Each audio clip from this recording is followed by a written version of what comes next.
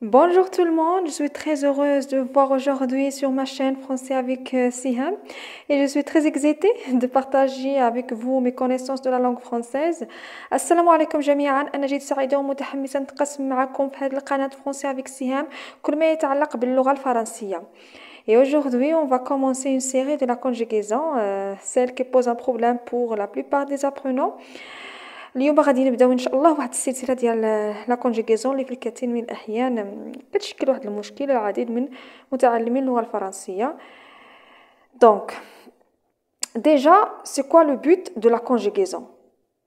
Alors le but, c'est de savoir comment conjuguer un verbe au temps convenable et au mode convenable, sans réfléchir d'une manière inconsciente et spontanée.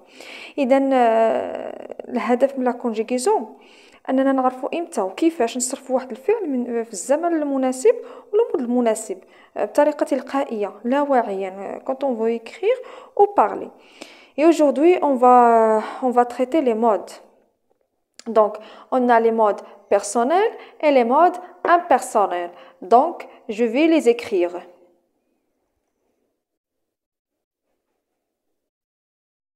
Donc, voilà les modes personnels. On a indicatif, subjonctif, conditionnel, impératif. Donc, déjà, on a 7 modes.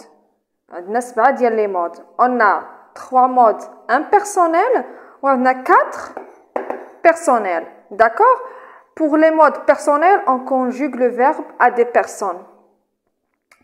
Néanmoins, pour les modes impersonnels, on ne conjugue pas le verbe. Et maintenant, je vais écrire les modes impersonnels.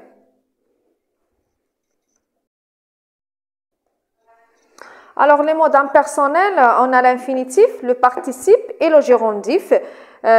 En fait, les modes impersonnels, elles ne posent pas un grand problème, mais parce qu'on ne conjugue pas le verbe à des personnes, ما كنصرفوش الفعل. Inch'Allah, on va les attaquer dans les prochaines vidéos. Maintenant, on va commencer de l'indicatif et quand est-ce qu'on utilise l'indicatif? L'indicatif est un mode de la certitude. Donc, هو واحد لو مود اللي كيعبرني على الحقيقة.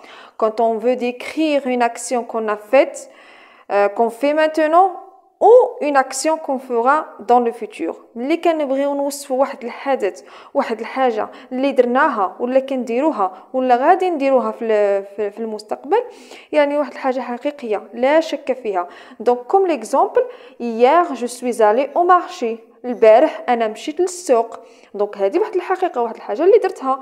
maintenant j'explique la leçon. دابا كنشرح الدرس، يعني واحد الحاجه اللي كنديرها حقيقه.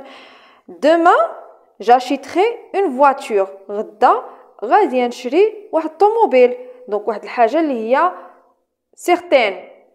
d'accord? Donc voilà, on passe au mode suivant, le subjonctif. Alors, le subjonctif, c'est un mode de l'incertitude. C'est le contraire de l'indicatif. Donc, l'indicatif, c'est un mode de la certitude. Néanmoins, le subjonctif est un mode de l'incertitude. Il exprime un doute. Donc, je ne suis pas sûre qu'il vienne. Donc, donc, mais si je dis par exemple, je suis sûre, je vais utiliser l'indicatif, le futur simple. Et je dis, je suis sûre qu'il viendra. D'accord? Donc, une chose aussi à retenir, c'est qu'on n'a pas le subjonctif futur. Comme l'indicatif, on a le futur simple. Donc, même si on parle du futur, on utilise toujours le subjonctif présent. Voilà. Alors, le subjonctif s'utilise pour exprimer un souhait. Donc, je souhaite que tu réussisses. أنا كنتمنى أنك تنجح ولا أنك تنجحي. Donc, أنا كنتمنى ما متأكداش. Je ne suis pas sûre, je ne suis pas certaine. D'accord? Donc, كنستعملوه باش أننا نعبروا على واحد التمني. أنا كنتمنى أنك تنجحي ولا أنك تنجح. Donc, il s'utilise aussi pour exprimer une émotion. D'accord? Donc, je vais écrire un exemple pour exprimer une émotion. Voilà un exemple pour exprimer une émotion.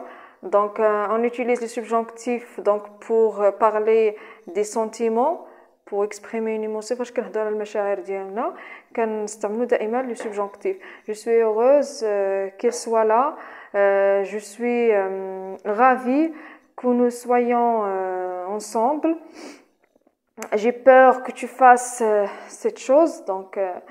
Donc voilà, elle sera exprimée en ordre. Le subjonctif sera donné en ordre. Donc, كنستعملوه باش نعطيو واحد الأمر. Donc, par exemple, il faut que vous révisiez vos leçons. خاصكم تراجعوا الدروس ديالكم. Toujours après, il faut que on a le subjonctif. دائما من مورا il faut que عندنا le subjonctif. Donc, en général, on utilise le subjonctif contenant une information douteuse. D'accord, كنستعملوا le subjonctif فاش كتكون عندنا واحد الحاجة واحد المعلومة اللي هي مشكوك فيها. D'accord? Donc voilà, maintenant on passe au mot suivant, le conditionnel. Alors le conditionnel, les utilisations du conditionnel sont nombreuses. Le conditionnel, ce n'est pas seulement utilisé pour exprimer la politesse. الاستعمالات ديال الكونديسيونيل بزاف ما كنستعملوش غير باش نهضروا بوليمون نهضروا بادب. Non, il sera exprimé un désir, un souhait, un rêve. Comme l'exemple que vous voyez, elle aimerait devenir écrivaine. Donc, Baria تولي كاتبة. C'est un rêve, c'est un désir. واحد الحلم كتمنى تولي كاتبة.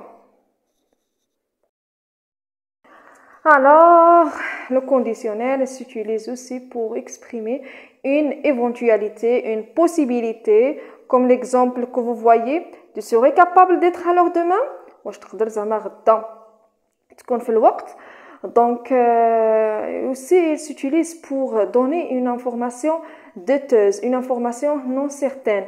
D'accord? داكشي واش كيستعملوه بزاف في الأخبار ولا في النشاط الجوية. Donc, حيت من بين استعمالات ديال le conditionnel. Donc, je vais écrire un exemple. Voilà l'exemple. Il se pourrait qu'il pleuve demain. D'accord? زعما يقدر غدا تحشتا. حنا ما متاكدينش ولكن توقعات. دونك فوالا هذا من بين استعمالات ديال لو كونديسيونيل. دونك كما شفتوا لو كونديسيونيل عندنا بزاف ديال الاستعمالات. الا بغينا نهضروا كوريكتومون باللغه الفرنسيه ولا نكتبوا الصراحه خاصنا نضبطوا لو كونديسيونيل. سي امبورطون.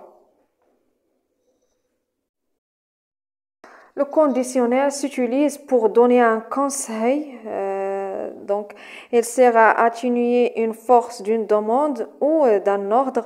Donc, هو بحال إلا كيخفض من الحدة ديال هذاك النصيحة ولا الأمر. بحال l'exemple, tu devrais voyager aujourd'hui. Donc, بحال واحد النصيحة يعني خاصك تسافر اليوم واستعملنا فيها الكونديسيونيل. Alors, la fameuse utilisation du conditionnel, c'est pour exprimer la politesse. Pourriez-vous m'apporter un verre d'eau? واش تقدر زعما تجيب لي واحد الكاس ديال الماء. Et les Français adorent utiliser le conditionnel باش انهم يطلبوا واحد الحاجه يعطيو واحد l'ordre etc etc. Il a aussi une utilisation temporelle. Donc, si en fait il exprime le futur du passé, donc on va voir ça dans l'exemple suivant.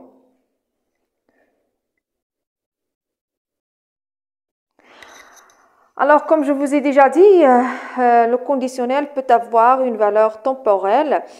Donc, c'est le futur du passé. Il s'utilise dans des discours indirects, donc comme l'exemple que vous voyez. Au discours direct, Selma a dit « je viendrai ce soir ».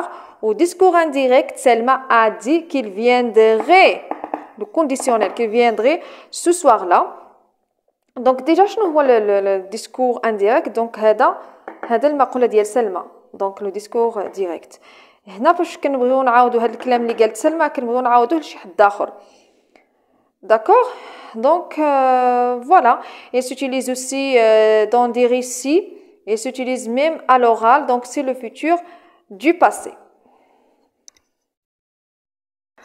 Alors, le conditionnel s'utilise pour exprimer une hypothèse du présent. Si j'avais de l'argent, j'achèterais une voiture. Donc, si j'avais de l'argent, c'est la condition, short, j'achèterais une maison, c'est la conséquence, النتيجة. إلا ما كانوش عندي الفلوس ما نقدرش نشري طوموبيل. حتى يكونوا عندي الفلوس عاد نشري طوموبيل. Voilà, on a vu toutes les utilisations du conditionnel. Maintenant, on passe au mode suivant, l'impératif. Voilà, on est arrivé au dernier mode. Impératif, c'est plus facile en fait parce qu'on conjugue le verbe seulement à 3 personnes. À la deuxième personne du singulier tu, à la première personne du pluriel nous et à la deuxième personne du pluriel vous. Il sera exprimé en ordre. Donc, on va donc, comme l'exemple que vous voyez, range tes affaires, débarrasse la table, etc. etc. Donc, le sujet est toujours absent. Donc voilà, j'espère que la vidéo vous a plu. Si ce n'était le cas, n'hésitez pas à mettre un like, à partager, à écrire un commentaire. Je serai très heureuse de lire vos commentaires et on terminera dans les prochaines vidéos, Inch'Allah. Et assalamu alaikum wa rahmatullahi ta'ala wa barakatuh.